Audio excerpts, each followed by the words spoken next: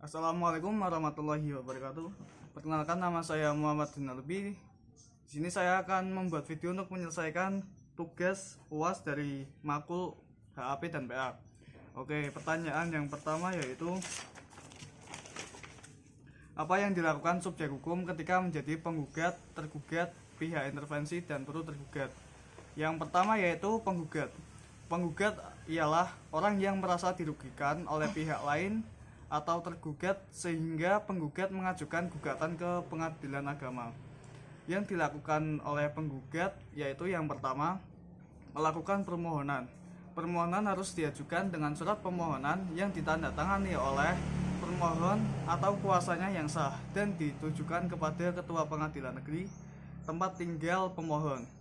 Yang selanjutnya yaitu melakukan gugatan. Gugatan harus diajukan dengan surat gugat yang ditandatangani oleh penggugat atau kuasanya yang sah dan ditujukan kepada pengadilan negeri. Yang ketiga yaitu melakukan replik setelah tergugat memberikan jawaban atas gugatan. Yang keempat yaitu penggugat dapat mengajukan bantahan berupa eksepsi karena adanya cacat formil. Yang kelima yaitu memberikan minimal 2 alat bukti yang sah. Yang keenam yaitu penggugat dapat mengajukan permohonan eksekusi sebagai peringatan kepada tergugat untuk melakukan sebuah putusan. Yang ketujuh yaitu jika salah satu pihak tidak menerima putusan pengadilan tingkat pertama karena haknya dilanggar oleh putusan yang kurang benar atau adil, dapat melakukan banding. Oke, yang selanjutnya yaitu tergugat. Tergugat adalah pihak yang dianggap telah merugikan pihak lain atau penggugat. Yang biasa dilakukan oleh penggugat yang pertama yaitu tergugat berhak memberikan jawaban atas gugatan penggugat.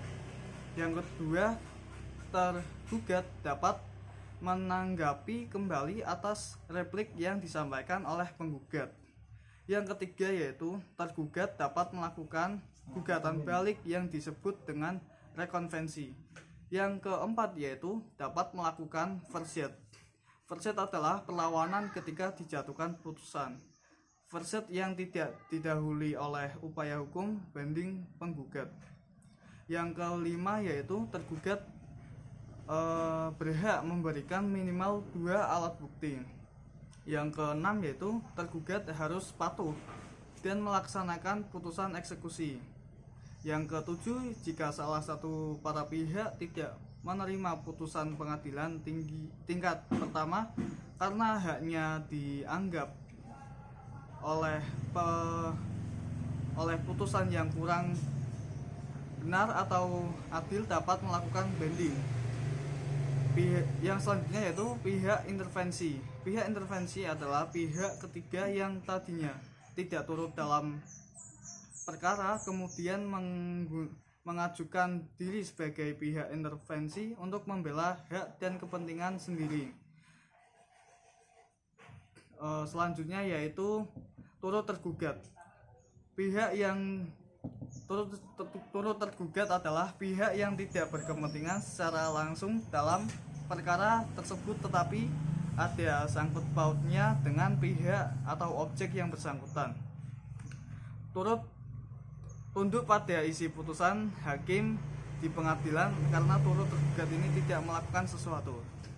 Oke, pertanyaan selanjutnya yaitu apa yang harus dilakukan oleh hakim dalam hal menjalankan hukum secara pengadilan agama?